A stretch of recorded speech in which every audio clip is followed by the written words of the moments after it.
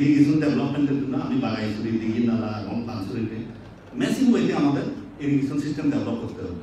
কারণ আমি জানি যে আমাদের এগ্রিকালচার মানে প্রয়োজনীয়তা অত্যাধিক, লাইভলিহুড ডেভেলপ করতে হবে। কিন্তু লাইভলিহুড ডেভেলপ করতে গিয়ে কিছু ডিসঅ্যাপয়েন্টমেন্টও আমি কিন্তু জড়ো করেছি গত 1 বছরে। আমার সেটা নিজের ডিসঅ্যাপয়েন্টমেন্ট। অনেক কিছু বলার পরেও আমি আমার অঞ্চলে স্পেশালি পাহাড়িদের মোটিভেশন দেখি নাই। এটা আমার কাছে খুব ডিসঅ্যাপয়েন্টিং।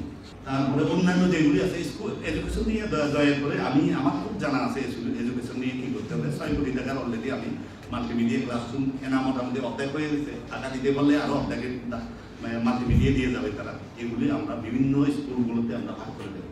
সো দ্যাট আপনাদের যে কনসার্নটা আছে মাস্টার মহোদয়েরা যেন আমাদেরকে আর খুব বেশি ডিপ্রাইভ করতে না পারেন, আমরাও নিজেদেরকে একটু ডিজিটালাইজেশনের দিকে নিয়ে যেতে পারি। এটা হচ্ছে আমার চিন্তা। সুতরাং এটাই আছে, এটাই থাকবে। আর মানে শিক্ষার ক্ষেত্রে আমার যে জিনিসটা হচ্ছে যে আপনারা যেগুলি বললেন আমি আপনাদের সাথে একমত। বাট আমার ফার্স্ট টার্গেটটা হচ্ছে আপনাদেরকে বলি ডিস্ট্রিক্ট কাউন্সিল, এটা আগে শেষ করে দিই, তারপরে আপনাদের সাথে আরও ডিটেলস বলবো। ভবিষ্যৎ আমি যদি থাকি ভবিষ্যতে কী করতে পারি না পারি আপনাদের পরামর্শ শুনবো এবং আপনারা মনে প্রাণে আমাকে পরামর্শ দেন।